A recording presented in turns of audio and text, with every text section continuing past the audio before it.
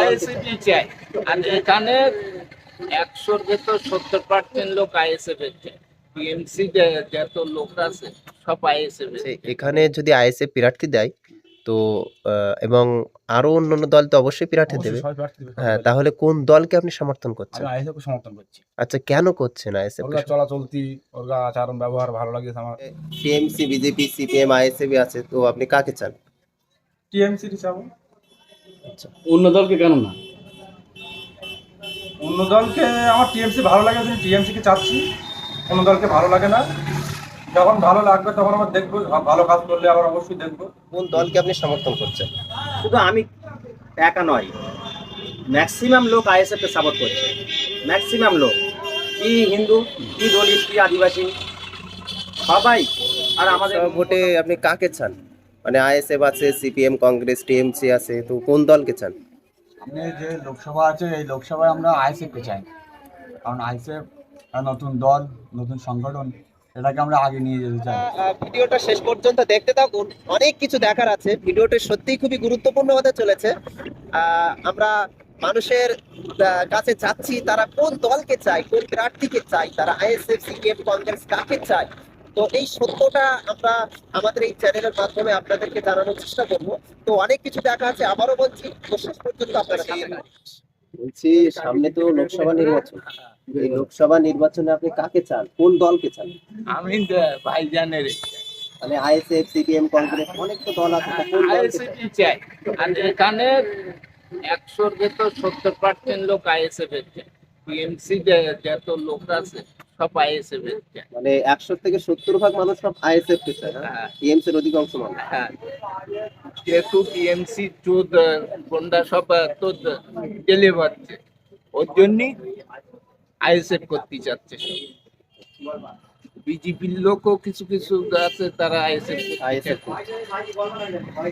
এখন আইএস ছাড়া কোনো গল্প হবে না। আপনার লোকসভা কেন্দ্রের নামটা কি? বসিরহাট লোকসভা। এখানকার বর্তমান এমপি কে? এমপি আছে আপনার ওই নুসরাত জাহান কি? নুসরাত। আচ্ছা, তানাকে দেখা যায় এদিকে? না না, সে ফিল্ম নিয়ে ব্যস্ত, ঠিকঠাক করা নিয়ে ব্যস্ত।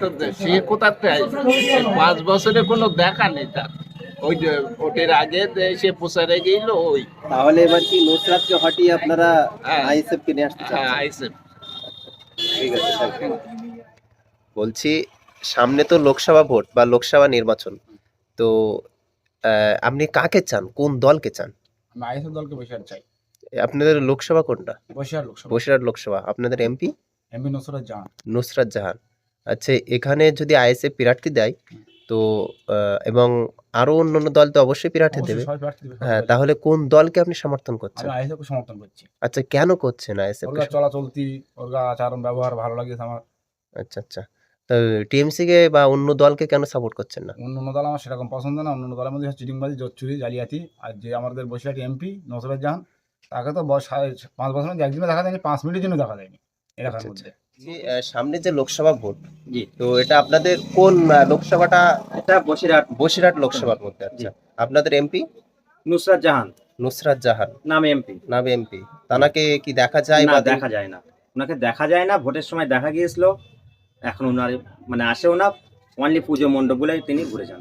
আচ্ছা আচ্ছা, তো আগামী সামনে যে নির্বাচন আসছে, লোকসভা নির্বাচন, তো কোন দলকে আপনি চান? অনেক তো দল আছে, সিপিএম, কংগ্রেস, টিএমসি, আইএসএফ, কোন দলকে আপনি সমর্থন করছেন? শুধু আমি একা নয়, ম্যাক্সিমাম লোক আইএসএফ কে সাপোর্ট করছে। ম্যাক্সিমাম লোক, কি হিন্দু, কি দলিত, কি আদিবাসী, সবাই।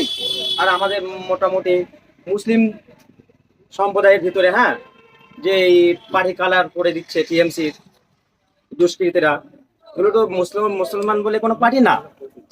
অ্যাকচুয়ালি আমাদের যিনি জেলা প্রেসিডেন্ট তাপস ব্যানার্জি, যিনি আমাদের বাদুরিয়ায় কাজ করছেন, অনির্বাণ দা, তিনিও একজন কিন্তু হিন্দু।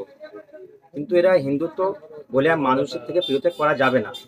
ছোট ভাইজানের যে আদর্শ, নীতি, কথাবার্তা, মানুষ মুগ্ধ হয়ে গিয়েছে। যা আইএসএফ ছাড়া কিছুই নেই। যদি সঠিক ভোট হয়, টিএমসি ৫০,০০০ বেশি ভোট পাবে না, তাও মানে খুব কষ্টকর হয়ে যাবে। ঠিক আছে, আমরা ১০০-১০০ আমরা বেরিয়ে যাব।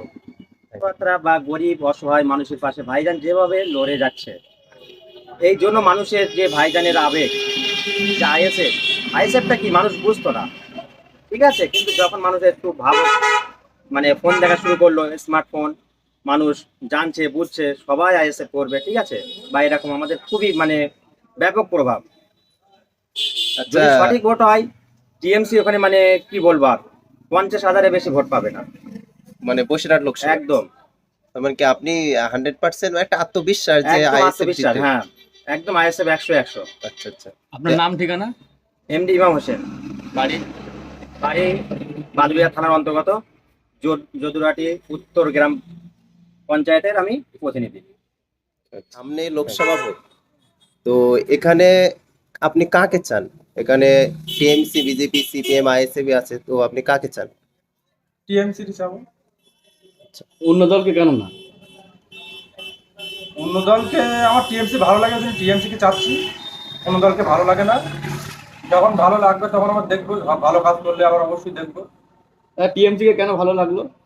ও অনেক উন্নয়ন করছে, অনেক কিছু করছে, যেমন যেমন লক্ষ্মী ভান্ডার দিচ্ছে, মেয়ে ছেলেদের যেটা পয়সা দিচ্ছে সেটা ওই লক্ষ্মী ভান্ডার, আবার তোমার কন্যাশ্রী, রূপশ্রী, একটা মেয়ের হাফ খরচা দিয়ে দেয় বিয়ের, ওই একটা কাজ করে সেগুলো, আরও অনেক অনেক কাজ আছে ওরা দিয়ে দিচ্ছে, ওই জন্য ওর ভালো লাগে, দিচ্ছি, ওর ভোটই দেয়, আরও ভালো লাগে ওর। যেটা কোন লোকসভার মধ্যে এটা আপনাদের? না বসিরহাট না অন্য? এটা বসি না। বসিরহাট লোকসভার মধ্যে, মানে নুসরাত জাহানের এলাকা। Thank you. আমরা এবার এই ঘরটাই যাচ্ছি, দেখি, চলো চলো। সামনে তো লোকসভা ভোট আসছে, তাই না? তো লোকসভা ভোটে আপনি কাকে চান?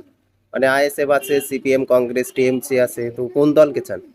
আপনি যে লোকসভা আছে, এই লোকসভায় আমরা আইএসএফকে চাই, কারণ আইএসএফ নতুন দল, নতুন সংগঠন, এটাকে আমরা আগে নিয়ে যেতে চাই।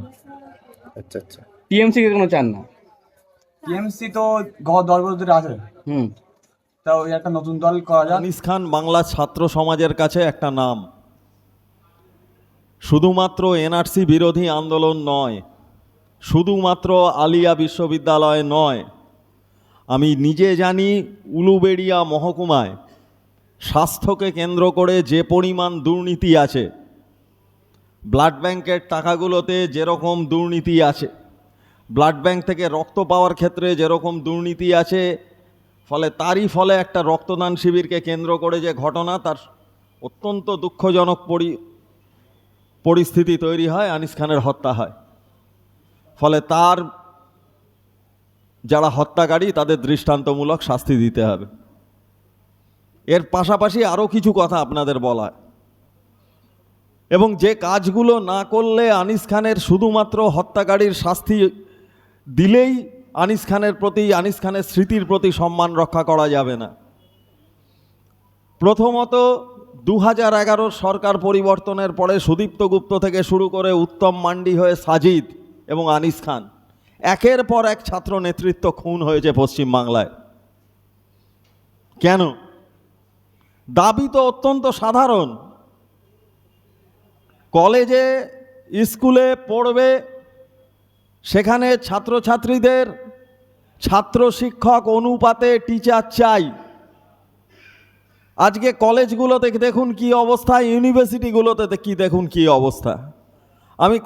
আমি পশ্চিমবঙ্গের সবচাইতে বিখ্যাত বিশ্ববিদ্যালয় যাদবপুর ইউনিভার্সিটির একটি বিভাগের কথা বলতে পারি।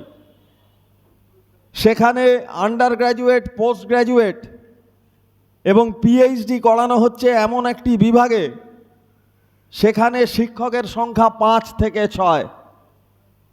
নতুন শিক্ষক নিয়োগ বন্ধ। কেন বন্ধ? না ওই রাজ্যপাল আছে আর শিক্ষামন্ত্রী আছে, অর্থাৎ কেন্দ্রীয় সরকার আর রাজ্য সরকারের কী সব গণ্ডগোল আছে, ফলে শিক্ষা নিয়োগ বন্ধ, শিক্ষক নিয়োগ বন্ধ। কলেজগুলোতে একই অবস্থা। কলকাতা বিশ্ববিদ্যালয়ের বিভিন্ন কলেজগুলোতে শিক্ষক নেই, পার্ট টাইমার দিয়ে চালানো হচ্ছে, এবং সেই পার্ট টাইমারদের বেতন কি সেটাও ভাববেন আপনারা। তার সঙ্গে বিজেপি সরকার যেটা এনেছে, এ বিষয়ে স্টুডেন্ট ফ্রন্টকে আমি মনে করি যে স্টুডেন্ট ফ্রন্টকে উদ্যোগ নেওয়া উচিত। সেটা হচ্ছে জাতীয় শিক্ষানীতি 2020। কোভিড লকডাউন যখন চলছে সেই সময় জাতীয় শিক্ষানীতিকে লাগু করে দেওয়া হলো। ফলে এই জাতীয় শিক্ষানীতির ফলে আমাদের মতো সাধারণ ঘরের ছেলেমেয়েরা তাদের শিক্ষা হবে না। ডিগ্রি কোর্স 3 বছরের অনার্স ডিগ্রি কোর্সকে 1 লাফে 4 বছরে করে দেওয়া হলো। শিক্ষক কি হবে, টিচার স্টুডেন্ট রেশিও কি হবে, কিভাবে পড়াশোনা করা যাবে, তার কোনো কিচ্ছু নেই। এবং অদ্ভুতভাবে দেখলাম মুখে বিরোধিতা করলেও ভারতবর্ষের মধ্যে প্রথম এ রাজ্য সরকার জাতীয় শিক্ষানীতি 2020 চালু করে দিয়েছে। এবং আপনারা জানেন ইতিমধ্যেই 4 বছরের কোর্স চালু হয়েছে। শুধু তাই নয়, এই জাতীয় শিক্ষানীতিতে আপনারা জানেন যে এসএসকে, এমএসকে, অঙ্গনওয়াড়ি আছে, এগুলো কার হাতে যাবে? এগুলো সমস্ত যাবে আরএসএসের হাতে। সেই অনুযায়ী ব্লু প্রিন্ট বানিয়েছে আর এই রাজ্য সরকার সেগুলোকে ইমপ্লিমেন্ট করছে। ফলে ছাত্র সমাজের আজকে দায়িত্ব, এবং তারই সঙ্গে আনিস খানের স্মৃতির প্রতি যদি সম্মান জানাতে হয়, আনিস খানের স্মৃতির প্রতি যদি সম্মান জানাতে হয় এবং আনিস খানের খুনিদের যথাযোগ্য শাস্তি দেওয়ার সঙ্গে সঙ্গে আনিস খানের স্মৃতির প্রতি সম্মান জানাতে গেলে যেটা করতে হবে সেটা হচ্ছে এই জাতীয় শিক্ষানীতির বিরুদ্ধে লড়তে হবে। আজকে মাদ্রাসাগুলোর কি হাল, আজকে প্রাথমিক বিদ্যালয়গুলোর কি হাল, মাধ্যমিক বিদ্যালয়গুলোর কি হাল, মাদ্রাসাগুলোর কি হাল, আজকে আলিয়া বিশ্ববিদ্যালয়ের কি হাল।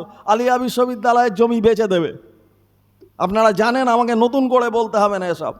ফলে তার বিরুদ্ধে রাস্তায় নেমে লড়াই করাটাই আমাদের এক এবং একমাত্র কাজ। আমরা মনে করি যে লড়াই স্টুডেন্ট ফ্রন্ট সহ বাম গণতান্ত্রিক ছাত্র সংগঠনগুলো করছে, সে তাদেরকে ঐক্যবদ্ধ লড়াইয়ের মধ্যে দিয়ে আমাদের এই দাবিগুলোকে ছিনিয়ে আনতে হবে। আর এই দাবিগুলোকে ছিনিয়ে আনতে না পারলে আমরা আনিস খানের স্মৃতির প্রতি যথাযথ সম্মান দিতে পারবো না। একদিকে জেএনইউতে ছাত্র নাজিব খান নিখোঁজ হচ্ছেন, আর অন্যদিকে আমাদের রাজ্যে পরপর হচ্ছে। ফলে সমস্ত ঘটনার দিকে তাকিয়ে আনিস খানের স্মৃতির প্রতি শ্রদ্ধা জানিয়ে এবং আপনাদের সকলকে সংগ্রামী অভিনন্দন জানিয়ে আমি আমার বক্তব্য শেষ করছি। ইনকলাব জিন্দাবাদ।